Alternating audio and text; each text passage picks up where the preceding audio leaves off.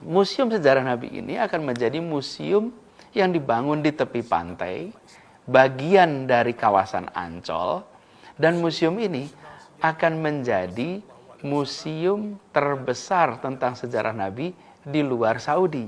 Insya Allah ini akan menjadi magnet bagi wisatawan bukan hanya Indonesia, tapi seluruh dunia.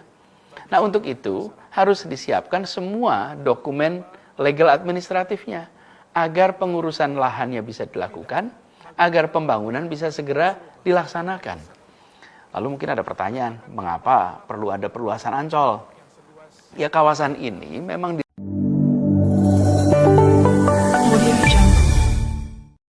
Assalamualaikum warahmatullahi wabarakatuh.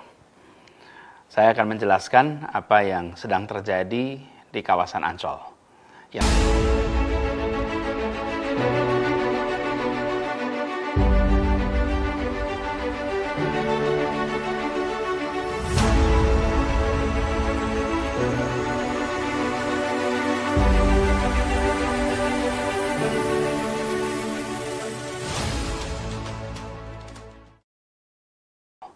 Yang terjadi ini berbeda dengan reklamasi yang alhamdulillah sudah kita hentikan dan menjadi janji kita pada masa kampanye itu. Jakarta ini terancam banjir. Salah satu sebabnya karena ada waduk, sungai yang mengalami pendangkalan atau sedimentasi. Ada 13 sungai, kalau di total panjangnya lebih dari 400 km, ada lebih dari 30 waduk, dan secara alami mengalami sedimentasi. Karena itulah kemudian waduk, sungai itu dikeruk terus-menerus, dan lumpur hasil kerukan itu dikemanakan? Lumpur itu kemudian ditaruh di kawasan Ancol. Dan proses ini sudah berlangsung cukup panjang, bahkan menghasilkan lumpur yang amat banyak, 3,4 juta meter kubik. Nah, lumpur ini kemudian dimanfaatkan untuk pengembangan kawasan Ancol. Jadi ini adalah sebuah kegiatan untuk melindungi warga Jakarta dari bencana banjir. Ini berbeda dengan proyek reklamasi yang sudah dihentikan itu. Itu bukan proyek untuk melindungi warga Jakarta dari bencana apapun.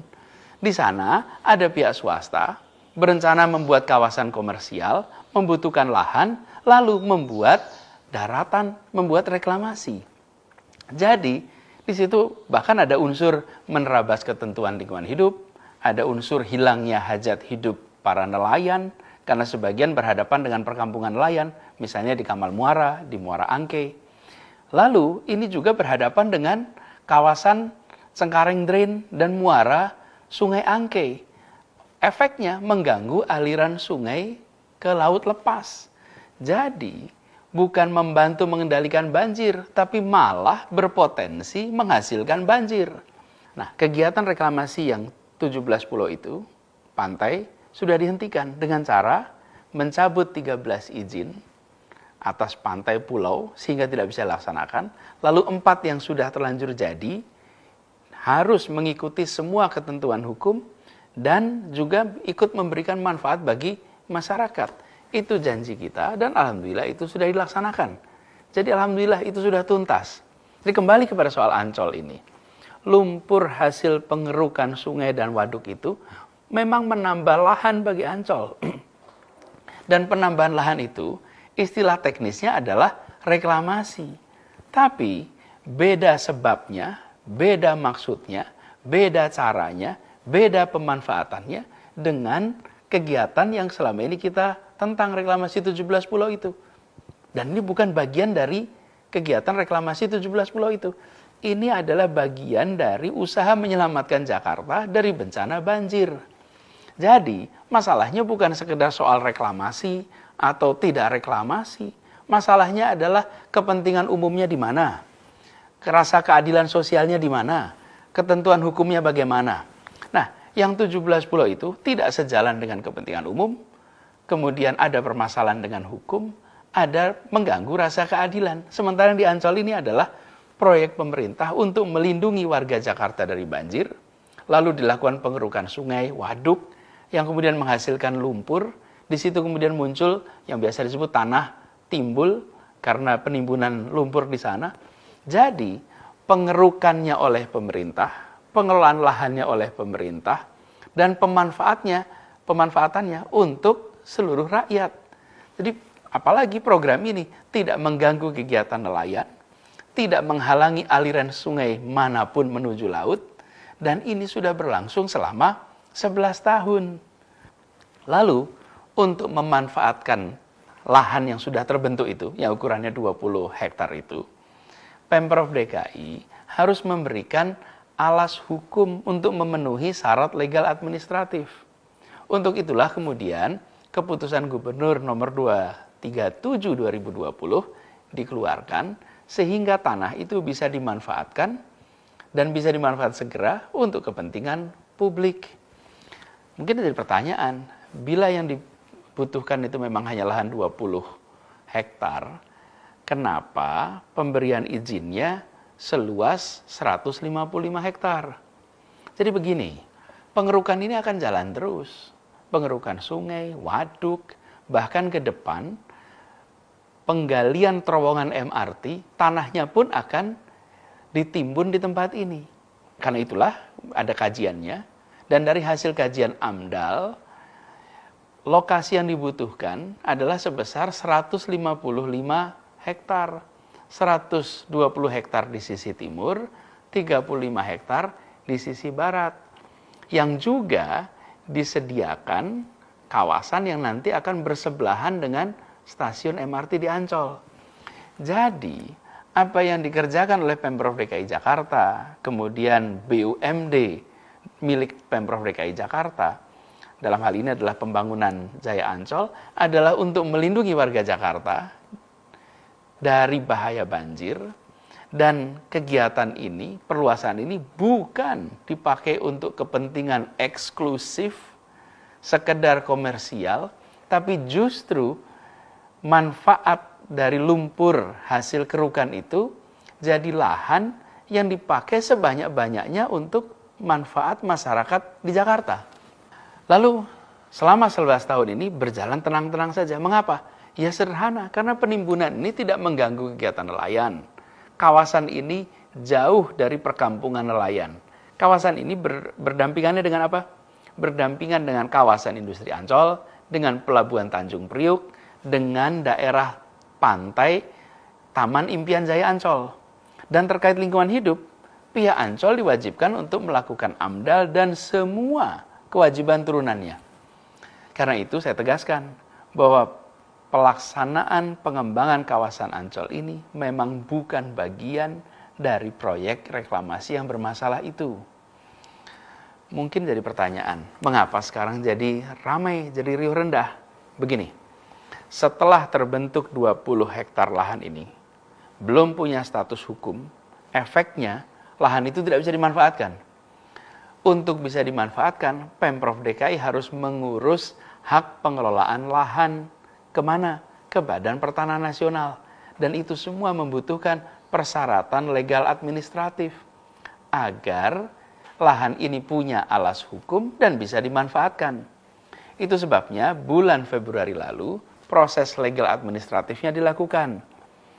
Dan di kawasan ini akan diambil 3 hektar dari 120 yang direncanakan, dari 20 yang sudah ada, hanya 3 hektar untuk membangun museum sejarah Nabi. Museum sejarah Nabi ini akan menjadi museum yang dibangun di tepi pantai, bagian dari kawasan Ancol, dan museum ini akan menjadi museum terbesar tentang sejarah Nabi di luar Saudi. Insya Allah ini akan menjadi magnet bagi wisatawan bukan hanya Indonesia, tapi seluruh dunia. Nah, untuk itu harus disiapkan semua dokumen legal administratifnya agar pengurusan lahannya bisa dilakukan, agar pembangunan bisa segera dilaksanakan. Lalu mungkin ada pertanyaan, mengapa perlu ada perluasan Ancol? Ya, kawasan ini memang dirancang untuk berkembang sebagai pusat kegiatan wisata. Bukan saja bagi Indonesia, tapi harapannya bagi Asia Tenggara, bahkan Asia. Ancol saat ini ukurannya sekitar 200 hektar. Setiap tahun ada lebih dari 20 juta pengunjung. Manfaat ekonominya bagi Jakarta amat besar. Jadi, lahan yang sekarang terbentuk akan dimanfaatkan untuk pengembangan, dirasakan manfaatnya bagi masyarakat luas, dan bukan cuma untuk museum sejarah Nabi, tapi ini menjadi kawasan pantai terbuka untuk masyarakat, dan kita ingin kawasan Ancol ini menjadi yang terbesar dan yang terbaik sebagai kawasan liburan di Asia. Jadi, dikeluarkannya Kegub ini untuk memanfaatkan lahan yang sudah dikerjakan selama 11 tahun dan sama sekali tidak mengingkari janji. Justru ini menjadi pelengkap bahwa kita memang mengedepankan kepentingan umum, mengedepankan ketentuan hukum, mengedepankan keadilan sosial. Proses pembangunannya pun tidak merugikan nelayan. Dan kawasan ini terbentuk dari lumpur hasil pengerukan sungai untuk mencegah banjir. Jadi semuanya mengikuti ketentuan hukum yang ada.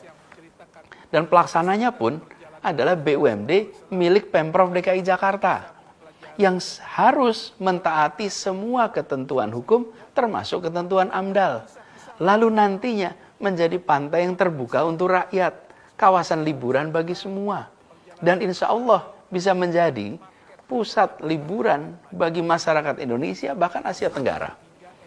Jadi ini penjelasan saya terkait dengan kegiatan yang sedang berlangsung di Ancol. Sekali lagi saya tegaskan, insya Allah semua janji itu telah dan akan terus dilaksanakan. Semua ikhtiar dilakukan untuk melaksanakan amanah ini dengan sebaik-baiknya. Sambil selalu berdoa pada Allah Subhanahu wa taala. Semoga selalu diberikan petunjuk, selalu dibukakan jalan-jalan yang lempang. Dan saya berharap dari semua mohon doakan agar bisa amanah dalam menjalankan tugas ini. Terima kasih. Semoga Allah Subhanahu wa taala merahmati kota Jakarta dan Allah Subhanahu wa taala melindungi kita semua. Assalamualaikum warahmatullahi wabarakatuh.